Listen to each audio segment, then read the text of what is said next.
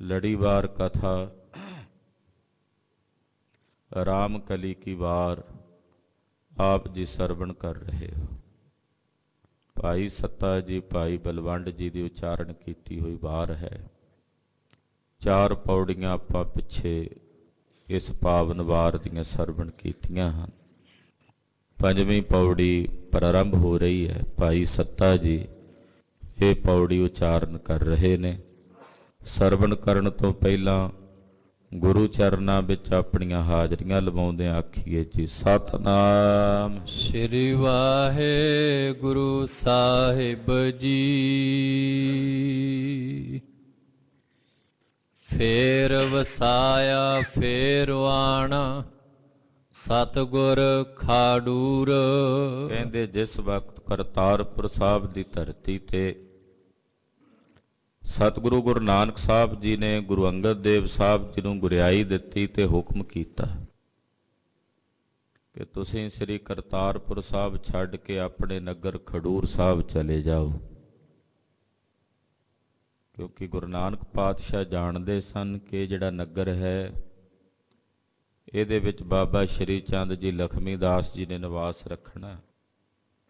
जे गुरु अंगद साहब इत्थे रहे तां योग नहीं होवेगा। इस करके पहला ही हुक्म कर दिता कि तुसीं करतारपुर साहब छड्ड के खडूर साहब अपने नगर च निवास रखना।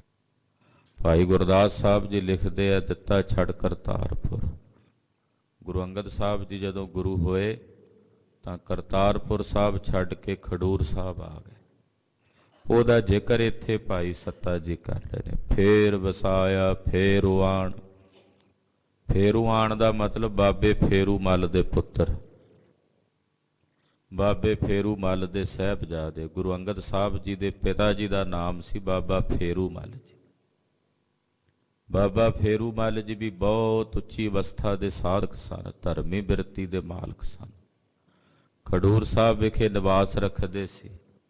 तो बाबा फेरू मल जी दे साहिबजादे गुरु अंगद देव साहब सतगुरु जी ने फिर आके खडूर साहब नगर वसाया, खडूर साहब नगर आबाद किया। ऐसा भी इतिहास विच जिक्र आउंदा कि जदों तपे दे कहने ते खडूर साहब दे खैरे जमींदारां ने गुरु अंगद साहब जी नूं नगर चों कढ दिता भी तुसीं जाओ, साडे नगर च मींह नहीं पैंदा। महाराज सच्चे पातशाह जी खडूर साहब छड्ड के तपियाणा साहब वल चले गए तां उस वक्त पिछे नगर की जिहड़ी हालात सी कहंदे वो इदां दी हो गई भी उजड़न दे किनारे पहुँच गया। फिर सारे नगर ने जाके गुरु साहब नूं बेनती कीती, महाराज ये तुहाडा नगर है, आप जी किरपा करो इनू वसाओ। सतगुरु जदों वापस आए तो नगर मुड़ आबाद होया, जो उजड़न की कगार ते पहुंचया होया सी। सतगुरां दे आउण नाल दुबारा आबाद हो गया। ਉਹਦਾ ਜ਼ਿਕਰ ਇੱਥੇ ਭਾਈ ਸੱਤਾ ਜੀ ਉਹਦਾ ਵੀ ਨਾਲ ਜ਼ਿਕਰ ਕਰ ਰਹੇ। ਕਹਿੰਦੇ ਬਾਬੇ ਫੇਰੂ ਮੱਲ ਦੇ ਸਾਹਿਬਜ਼ਾਦੇ ਸਤਿਗੁਰੂ ਗੁਰੂ ਅੰਗਦ ਦੇਵ ਸਾਹਿਬ ਜੀ ਨੇ ਫੇਰ ਆ ਕੇ ਖਡੂਰ ਸਾਹਿਬ ਨਗਰ ਆਬਾਦ ਕੀਤਾ। ਜਪ ਤਪ ਸੰਜਮ ਨਾਲ ਤੁਧ ਹੋਰ ਮੁਚ ਗਰੂਰ। हे ਗੁਰੂ ਅੰਗਦ ਸਾਹਿਬ ਤੁਹਾਡੇ ਨਾਲ ਕੀ ਹੈ। ਗੁਰੂ ਅੰਗਦ ਸਾਹਿਬ ਦੇ ਨਾਲ ਜਿਹੜੀਆਂ ਚੀਜ਼ਾਂ ਦੇ ਭਾਈ ਸੱਤੇ ਨੇ ਦਰਸ਼ਨ ਕੀਤੇ ਉਹ ਦੱਸ ਰਹੇ ਨੇ। ਗੁਰੂ ਅੰਗਦ ਸਾਹਿਬ ਤੁਹਾਡੇ ਨਾਲ ਸਾਨੂੰ ਮੈਨੂੰ ਕੀ ਦਿਸ ਰਿਹਾ। ਕਹਿੰਦੇ ਜਪ। ਗੁਰੂ ਅੰਗਦ ਸਾਹਿਬ ਆਪ ਜੀ ਦੇ ਨਾਲ ਬੜਾ ਵੱਡਾ ਭਾਰੀ ਜਪ ਨਜ਼ਰ ਆਉਂਦਾ। ਤਪ ਵੀ ਤੁਹਾਡੇ ਨਾਲ ਹੀ ਨਜ਼ਰ ਆ ਰਿਹਾ ਹੈ। ਸੰਜਮ ਜਿੰਨੇ ਸ਼ੁਭ ਗੁਣ ਨੇ ਇਹ ਸਾਰੇ ਜਪ ਤਪ ਸੰਜਮ ਆਦਿਕ ਸ਼ੁਭ ਗੁਣ ਦਇਆ ਖਿਮਾ ਇਹ ਸਭ ਸ੍ਰੀ ਗੁਰੂ ਅੰਗਦ ਸਾਹਿਬ ਜੀ ਤੁਹਾਡੇ ਨਾਲ ਹੀ ਸ਼ੋਭ ਰਹੇ ਨੇ। ਇਹ ਸਭ ਤੁਹਾਡੇ ਸਰੂਪ ਵਿੱਚ ਹੀ ਬਿਰਾਜਮਾਨ ਨੇ। ਜਪ ਤਪ ਸੰਜਮ ਨਾਲ ਤੁਧ ਇਹ ਜਿੰਨੇ ਜਪ ਤਪ ਸੰਜਮ ਆਦਿਕ ਨੇ ਇਹ ਸਭ ਤੁਹਾਡੇ ਨਾਲ ਨੇ ਗੁਰੂ ਅੰਗਦ ਸਾਹਿਬ। ਹੋਰ ਮੁੱਚ ਗਰੂਰ ਬਾਕੀ ਜਿੰਨੀ ਲੁਕਾਈ ਹੈ ਹੋਰ ਉਹ ਤਾਂ ਹੰਕਾਰ ਦੇ ਵਿੱਚ ਹੀ ਨਜ਼ਰ ਆਉਂਦੀ ਹੈ। ਬਾਕੀਆਂ 'ਚ ਤਾਂ ਗਰੂਰ ਹੀ ਨਜ਼ਰ ਆਉਂਦਾ। ਗਰੂਰ ਕਹਿੰਦੇ ਨੇ ਹੰਕਾਰ ਨੂੰ। ਬਾਕੀ ਜਿੰਨੀ ਲੁਕਾਈ ਆ ਬਾਕੀਆਂ ਵਿੱਚ ਤਾਂ ਹਉਮੈ ਹੀ ਹੈਂਕੜ ਹੀ ਨਜ਼ਰ ਆਉਂਦੀ। ਹੰਕਾਰ ਦੇ ਭਰੇ ਹੀ ਦਿਸਦੇ ਆ ਲੋਕ। ਜਪ ਤਪ ਤਾਂ ਹੈ ਗੁਰੂ ਅੰਗਦ ਸਾਹਿਬ ਜੀ ਕੇਵਲ ਤੁਹਾਡੇ 'ਚ ਹੀ ਨਜ਼ਰ ਆਉਂਦਾ। ਗੁਰਸਿੱਖ ਜਦੋਂ ਗੁਰੂ ਗ੍ਰੰਥ ਸਾਹਿਬ ਦੀ ਹਜ਼ੂਰੀ 'ਚ ਆਉਂਦਾ ਇਹੀ ਦਰਸ਼ਨ ਕਰਦਾ। ਜਿੰਨੇ ਜਪ ਤਪ ਸੰਜਮ ਸ਼ੁਭ ਗੁਣ ਨੇ ਉਹ ਸਤਿਗੁਰੂ ਗੁਰੂ ਗ੍ਰੰਥ ਸਾਹਿਬ ਵਿੱਚ ਹੀ ਗੁਰਸਿੱਖ ਨੂੰ ਨਜ਼ਰ ਆਉਂਦੇ। ਬਾਕੀ ਲੋਕਾਈ ਤਾਂ ਸੰਸਾਰ ਦੀ ਹੰਕਾਰ ਤੇ ਹੈਂਕੜ ਨਾਲ ਭਰੀ ਨਜ਼ਰ ਹੀ ਆਉਂਦੀ ਹੈ। ਭਾਈ ਸੱਤਾ ਜੀ ਕਹਿ ਰਹੇ ਨੇ ਮਹਾਰਾਜ ਬਾਕੀ ਤਾਂ ਸਭ ਗਰੂਰ ਨਾਲ ਹੰਕਾਰ ਨਾਲ ਹੀ ਭਰੇ ਨਜ਼ਰ ਆਉਂਦੇ ਹਨ। ਲੱਭ ਵਿਣਾਹੇ ਨਾਨਕਾ ਮਾਨਸਾ ਜਿਉ ਪਾਣੀ ਬੂਰ। ਪਾਤਸ਼ਾਹ ਕਹਿੰਦੇ ਬੂਰ ਆ ਜਾਂਦਾ ਨਾ ਪਾਣੀ 'ਚ ਜਾਲਾ ਜਿਹਾ ਆ ਜੇ ਤਾਂ ਪਾਣੀ ਦਾ ਨਾਸ ਮਾਰ ਦਿੰਦਾ। ਜਿਹੜੇ ਪਾਣੀ 'ਚ ਜਾਲਾ ਪੈ ਜੇ ਉਹ ਪਾਣੀ ਦਾ ਨਾਸ਼ ਹੀ ਵੱਜ ਜਾਂਦਾ ਨਾ ਇੱਕ ਪ੍ਰਕਾਰ ਨਾਲ, ਫਿਰ ਉਹ ਪੀਣ ਦੇ ਲਾਇਕ ਨਹੀਂ ਰਹਿ ਜਾਂਦਾ ਜਾਲਾ ਜੋ ਪੈ ਗਿਆ ਉਹਦੇ 'ਚ। ਜਿਵੇਂ ਜਾਲਾ ਕਾਈ ਜੀ ਜੰਮ ਜਾਂਦੀ ਨਾ ਆਮ ਕਰਕੇ ਕਈ ਤਲਾਬਾਂ ਦੇ ਉੱਤੇ, ਉਹ ਪਾਣੀ ਦਾ ਨਾਸ ਮਾਰ ਦਿੰਦੇ। ਉਹਨੂੰ ਕਹਿੰਦੇ ਨੇ ਪਾਣੀ ਦਾ ਨਾਸ ਵੱਜ ਗਿਆ ਜਾਲੇ ਕਰਕੇ। ਕਹਿੰਦੇ ਜਿਵੇਂ ਜਾਲੇ ਕਰਕੇ ਪਾਣੀ ਦਾ ਵਿਨਾਸ਼ ਹੋ ਜਾਂਦਾ ਹੈ ਇਸੇ ਤਰ੍ਹਾਂ ਲਾਲਚ ਕਰਕੇ ਬੰਦੇ ਦਾ ਵਿਨਾਸ਼ ਹੋ ਜਾਂਦਾ। ਲੱਭ ਵਿਣਾਹੇ ਮਾਨਸਾ, ਵਿਣਾਹੇ ਕਹਿੰਦੇ ਨੇ ਨਾਸ਼ ਹੋਣ ਨੂੰ। ਜਿਹੜਾ ਲਾਲਚ ਹੈ ਇਹ ਬੰਦੇ ਦਾ ਨਾਸ਼ ਕਰ ਦਿੰਦਾ, ਵਿਣਾਹੇ ਕਹੀਏ ਵਿਨਾਸ਼ ਕਰ ਦਿੰਦਾ। ਉਹ ਕੰਮ ਕਰਾਉਂਦਾ ਬੰਦੇ ਕੋਲੋਂ ਜਿਨ੍ਹਾਂ ਕੰਮਾਂ ਕਰਕੇ ਇਹਦਾ ਲੋਕ ਪਰਲੋਕ ਦੋਵੇਂ ਹੀ ਵਿਗੜ ਜਾਂਦੇ। ਲਾਲਚ ਜਿਹੜਾ, ਜਦੋਂ ਬੰਦਾ ਲੋਭੀ ਹੋਵੇਗਾ ਲਾਲਚੀ ਹੋਵੇਗਾ ਉਹ ਫਿਰ ਪਾਪ ਕਰੇਗਾ, ਕਿਉਂਕਿ ਲੋਭ ਪਾਪਾਂ ਦਾ ਪਿਓ ਹੈ। ਜਿੰਨੇ ਪਾਪ ਨੇ ਉਹਨਾਂ ਦਾ ਜਨਕ ਲੋਭ ਹੈ। ਲੋਭ ਤੋਂ ਸਾਰੇ ਪਾਪ ਪੈਦਾ ਹੁੰਦੇ ਤੇ ਜਦੋਂ ਪਾਪ ਕਰੇਗਾ ਫਿਰ ਸਾਰਾ ਕੁਝ ਹੀ ਖਤਮ ਹੈ।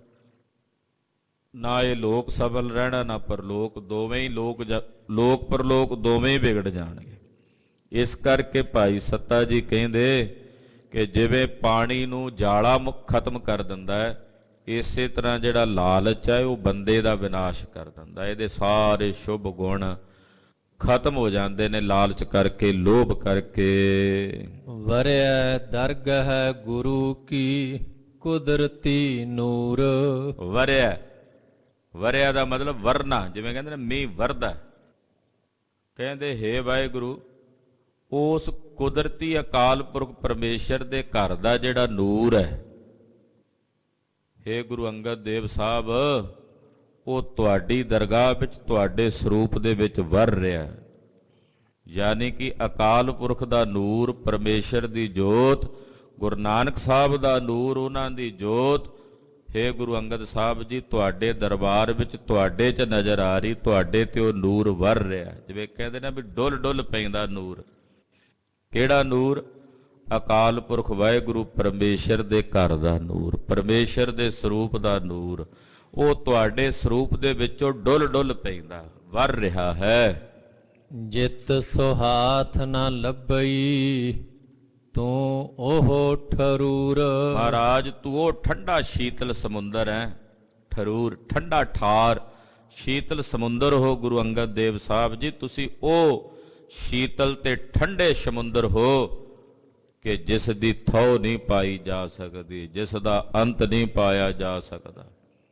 ਜਿਤ ਸੋ ਹਾਥ ਨਾ ਲੱਭਈ, ਜਿਹਦਾ ਹੱਥ ਪਾ ਕੇ ਥੋ ਟਿਕਾਣਾ ਨਹੀਂ ਜਾਣਿਆ ਜਾ ਸਕਦਾ। ਤੁਸੀਂ ਉਹ ਸ਼ੀਤਲਤਾ ਦੇ ਠਰੂਰ ਸਮੁੰਦਰ ਹੋ, ਠੰਡ ਸ਼ੀਤਲਤਾ ਦੇ ਠਰੂਰ ਸਮੁੰਦਰ ਹੋ ਜਿਹਦਾ ਅੰਤ ਹੀ ਨਹੀਂ ਪੈ ਸਕਦਾ। ਬੇਅੰਤ ਹੀ ਕਹਿਣਾ ਪਵੇਗਾ ਹੇ ਗੁਰੂ ਅੰਗਦ ਸਾਹਿਬ ਤੁਸੀਂ ਬੇਅੰਤ ਹੋ, ਬੇਅੰਤ ਹੋ। ਬੇਅੰਤ ਬੇਅੰਤ ਬੇਅੰਤ ਕੋ ਕਰੰਤ ਪਾਠ ਪੇਖੀਐ। ਸਤ ਸੁਤੀ ਤਪਸਪਤੀ ਬਨਸਪਤੀ ਬਸੇਖੀਐ। ਬੇਅੰਤ ਬੇਅੰਤ ਬੇਅੰਤ ਕੋ ਕਰੰਤ ਪਾਠ ਪੇਖੀਐ। ਤੂੰ ਬੇਅੰਤ ਕੋ ਵਿਰਲਾ ਜਾਣ। ਮਹਾਰਾਜ ਤੁਸੀਂ ਬੇਅੰਤ ਹੋ, ਤੁਹਾਡੀ ਥੋ ਨਹੀਂ ਪਾਈ ਜਾ ਸਕਦੀ, ਤੁਹਾਡਾ ਅੰਤ ਨਹੀਂ ਪਾਇਆ ਜਾ ਸਕਦਾ। ਤੁਸੀਂ ਉਹ ਸ਼ੀਤਲਤਾ ਦਾ ਠਰੂਰ ਸਮੁੰਦਰ ਜੇ ਜਿਹਦਾ ਅੰਤ ਪਾਇਆ ਹੀ ਨਹੀਂ ਜਾ ਸਕਦਾ। ਨੌ ਨਿਧ ਨਾਮ ਨਿਧਾਨ ਹੈ ਤੁਧ ਵਿੱਚ ਭਰਪੂਰ। ਏ ਗੁਰੂ ਅੰਗਦ ਦੇਵ ਸਾਹਿਬ ਨੌ ਨਿਧੀਆਂ ਦਾ ਖਜ਼ਾਨਾ ਨਾਮ, ਨਾਮ ਦਾ ਖਜ਼ਾਨਾ, ਨੌ ਨਿਧੀਆਂ ਦਾ ਖਜ਼ਾਨਾ। ਇਹ ਸਭ ਕੁਝ ਤੁਹਾਡੇ 'ਚ ਭਰਪੂਰ ਹੈ। ਤੁਧ ਵਿੱਚ ਭਰਪੂਰ ਮਹਾਰਾਜ ਇਹ ਸਾਰੇ ਨੌ ਨਿਧੀਆਂ ਦੇ ਖਜ਼ਾਨੇ, ਨਾਮ ਦਾ ਖਜ਼ਾਨਾ, ਸ਼ੁਭ ਗੁਣਾਂ ਦਾ ਖਜ਼ਾਨਾ, ਜਪ ਤਪ ਸੰਜਮ ਆਦਿਕ ਦਇਆ ਆਦਿਕ ਸ਼ੁਭ ਗੁਣਾਂ ਦੇ ਜਿੰਨੇ ਖਜ਼ਾਨੇ ਹਨ, ਹੇ ਗੁਰੂ ਅੰਗਦ ਦੇਵ ਸਾਹਿਬ ਜੀ, ਇਹ ਤੁਹਾਡੇ 'ਚ ਹੀ ਭਰਪੂਰ ਨੇ। ਇਹ ਸਭ ਤੁਹਾਡੇ 'ਚ ਹੀ ਵਸਦੇ ਨੇ। ਤੁਸੀਂ ਨਾ ਸਾਰੇ ਸ਼ੁਭ ਗੁਣਾਂ ਕਰਕੇ ਲਵਾ ਲਭ ਭਰੇ ਹੋਏ ਹੋ। ਨਿੰਦਾ ਤੇਰੀ ਜੋ ਕਰੇ ਸੋ ਵੰਜੈ ਚੂਰ। ਮਹਾਰਾਜ ਜਿਹੜੇ ਤੁਹਾਡੀ ਨਿੰਦਾ ਕਰਦੇ ਆ ਉਹ ਖੁਆਰ ਹੁੰਦੇ ਆ, ਚੂਰ ਟੁਕੜੇ ਟੁਕੜੇ ਹੁੰਦੇ ਆ, ਉਹ ਖੱਜਲ ਹੁੰਦੇ ਰਹਿੰਦੇ ਆ, ਖੁਆਰ ਹੁੰਦੇ ਰਹਿੰਦੇ ਆ ਉਹ ਲੋਕ। ਮਹਾਰਾਜ ਸੱਚੇ ਪਾਤਸ਼ਾਹ ਜਿਹੜੇ ਤੁਹਾਡੀ ਨਿੰਦਾ ਕਰਦੇ ਆ ਉਹਨਾਂ ਦਾ ਕਦੇ ਭਲਾ ਨਹੀਂ ਹੋਣਾ। ਜਿਹੜੇ ਸਤਿਗੁਰੂ ਤੁਹਾਡੀ ਨਿੰਦਾ ਕਰਨਗੇ ਉਹ ਇਸ ਲੋਕ ਵਿੱਚ ਵੀ ਵੰਝਣਗੇ, ਖੁਆਰ ਹੋਣਗੇ, ਤੇ ਅੱਗੇ ਪਰਲੋਕ ਵਿੱਚ ਵੀ ਉਹਨਾਂ ਨੂੰ ਢੋਈ ਨਾ ਮਿਲੇਗੀ। ਉਹ ਦੋਹਾਂ ਜਹਾਨਾਂ ਵਿੱਚ ਭਟਕਦੇ ਰਹਿਣਗੇ, ਭਰਮਦੇ ਰਹਿਣਗੇ ਜੋ ਤੁਹਾਡੀ ਨਿੰਦਾ ਕਰਨਗੇ। ਖਾਲਸਾ ਜੀ, ਗੁਰੂ ਦੀ ਨਿੰਦਾ ਤਾਂ ਡੋਬ ਕੇ ਰੱਖ ਦਿੰਦੀ ਹੈ। ਨਿੰਦਾ ਤਾਂ ਕਿਸੇ ਦੀ ਭਲੀ ਨਹੀਂ ਹੁੰਦੀ, ਪਰ ਜਿਹੜਾ ਕੋਈ ਗੁਰੂ ਦੀ ਨਿੰਦਾ ਕਰੇ ਉਹਦੀਆਂ ਕਈ ਕੁੱਲਾਂ ਗਰਕ ਹੋ ਜਾਂਦੀਆਂ, ਕਈ ਕੁੱਲਾਂ। ਸਤਿਗੁਰਾਂ ਦੀ ਨਿੰਦਾ ਨਾ ਗੁਰਸਿੱਖ ਸੁਣੇ, ਕਰਨ ਦੀ ਤਾਂ ਗੱਲ ਹੀ ਪਰੇ ਦੀ ਹੈ, ਕਰੇ ਨਾ, ਸੁਣੇ ਵੀ ਨਾ ਜੇ ਕੋਈ ਕਹੇ ਗੁਰੂ ਪਾਤਸ਼ਾਹ ਦੀ ਨਿੰਦਾ। ਇਸ ਕਰਕੇ ਕਹਿੰਦੇ ਮਹਾਰਾਜ ਜਿਹੜੇ ਤੁਹਾਡੀ ਨਿੰਦਾ ਕਰਦੇ ਆ ਨਾ ਉਹ ਚੂਰ ਹੋ ਜਾਂਦੇ ਹਨ, ਟੁਕੜੇ ਟੁਕੜੇ ਹੋ ਜਾਂਦੇ, ਯਾਨੀ ਕਿ ਉਹ ਬਹੁਤ ਖੁਆਰ ਹੁੰਦੇ ਹਨ। ਹਾਂਜੀ। ਨੇੜੇ ਦਿਸੈ ਮਾਤ ਲੋਕ ਤੁਧ ਸੁਝੈ ਦੂਰ। ਮਹਾਰਾਜ ਇਸ ਮਾਤ ਲੋਕ ਦੇ ਅਸੀਂ ਜੀਵ ਆ ਤੁੱਛ ਜੇ, ਸਾਨੂੰ ਤਾਂ ਬਸ ਆਹ ਹੀ ਦਿਸਦਾ ਵੀ ਨੇੜੇ ਵੀ ਆਹ ਹੁਣ ਕੀ ਹੋਏਗਾ, ਇਦਾਂ ਹੀ ਸਾਨੂੰ ਦਿਸਦਾ। ਸਾਡੀ ਦ੍ਰਿਸ਼ਟੀ ਦੂਰ ਤੱਕ ਥੋੜੀ ਵੇਖਦੀ, ਸਾਡੀ ਨਿਗਾਹ ਦੂਰ ਤੱਕ ਨਹੀਂ ਜਾਂਦੀ ਮਹਾਰਾਜ। ਅਸੀਂ ਤਾਂ ਨੇੜੇ ਤੇੜੇ ਹੀ ਵੇਖਦੇ ਆਂ, ਇਹੀ ਵੇਖਦੇ ਆਂ, ਦੋ ਰੋਟੀਆਂ ਖਾ ਲਈਏ ਤੇ ਆਹ ਕਰ ਲਈਏ ਤੇ ਆਹ ਹੋ ਜੇ, ਬਸ ਉਹਨਾਂ ਕੀ ਸਾਨੂੰ ਪਤਾ। ਪਰ ਮਹਾਰਾਜ ਤੁਹਾਡੀ ਦ੍ਰਿਸ਼ਟੀ ਬਹੁਤ ਦੂਰ ਤੱਕ ਵੇਖਦੀ, ਵੀ ਅੱਗੇ ਭਵਿੱਖ ਵਿੱਚ ਕੀ ਹੋਣਾ ਇਹ ਵੀ ਤੁਸੀਂ ਜਾਣਦੇ। ਅਸੀਂ ਤਾਂ ਹੁਣ ਹੀ ਵੇਖਦੇ ਆਂ ਵੀ ਆਹ ਹੁਣ ਬੈਠੇ ਆਂ ਅਸੀਂ, ਇੰਨਾ ਕੀ ਸਾਨੂੰ ਦਿਸਦਾ।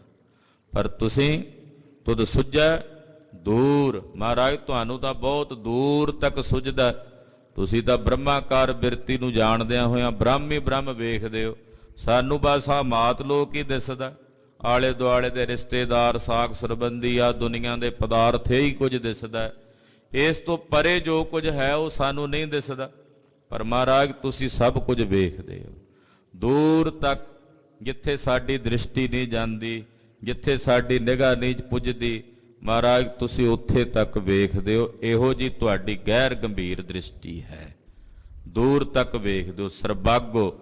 ਇਸ ਕਰਕੇ ਮਹਾਰਾਜ ਸਾਨੂੰ ਨਹੀਂ ਪਤਾ ਆਉਣ ਵਾਲੇ ਸਮੇਂ 'ਚ ਸਾਡੇ ਵਾਸਤੇ ਕੀ ਭਲਾ ਹੈ, ਤੁਹਾਨੂੰ ਪਤਾ ਹੈ, ਉਹ ਕਰ ਦਿਓ ਸਾਡੇ ਜੀਵਨ ਵਿੱਚ ਆਉਣ ਵਾਲੇ ਸਮੇਂ ਜੋ ਸਾਡੇ ਲਈ ਭਲਾ ਹੋਵੇ। ਮਹਾਰਾਜ ਤੁਸੀਂ ਉਹੀ ਖੇਡ ਵਰਤਾਇਓ, ਉਹੀ ਕੁਝ ਕਰਿਓ ਜੋ ਸਾਡੇ ਭਲੇ ਵਿੱਚ ਹੋਵੇ। ਸਾਨੂੰ ਨਹੀਂ ਪਤਾ ਅੱਗੇ ਸਾਡੇ ਜੀਵਨ ਵਿੱਚ ਕੀ ਹੋਣਾ ਕੀ ਨਹੀਂ ਹੋਣਾ, ਪਰ ਤੁਸੀਂ ਤਾਂ ਜਾਣਦੇ ਹੋ। ਮਹਾਰਾਜ ਉਹ ਕਰਿਓ ਜੋ ਸਾਡੇ ਭਲੇ ਵਿੱਚ ਹੋਵੇ, ਕਿਉਂਕਿ ਤੁਸੀਂ ਵੇਖ ਲੈਂਦੇ ਹੋ ਦੂਰ ਤਾਈਂ, ਅਸੀਂ ਤਾਂ ਇੱਥੇ ਤੱਕ ਹੀ ਤੱਕਦੇ ਵੇਖਦੇ ਹਾਂ। ਫੇਰ ਵਸਾਇਆ ਫੇਰ ਆਣ ਸਤਿਗੁਰ ਖਾਡੂਰ।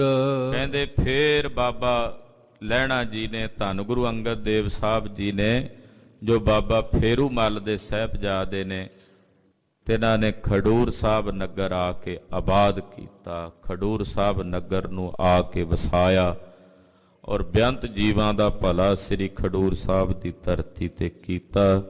ਸਤਿਗੁਰੂ ਜੀ ਦੀ ਪਾਵਨ ਪਵਿੱਤਰ ਅੰਮ੍ਰਿਤ ਬਾਣੀ ਦੀ ਵਿਚਾਰ ਕਰਦਿਆਂ ਹੋਈਆਂ ਭੁੱਲਾਂ ਚੁੱਕਾਂ ਦੀ ਖਿਮਾ। ਵਾਹਿਗੁਰੂ ਵਾਹਿਗੁਰੂ ਵਾਹਿਗੁਰੂ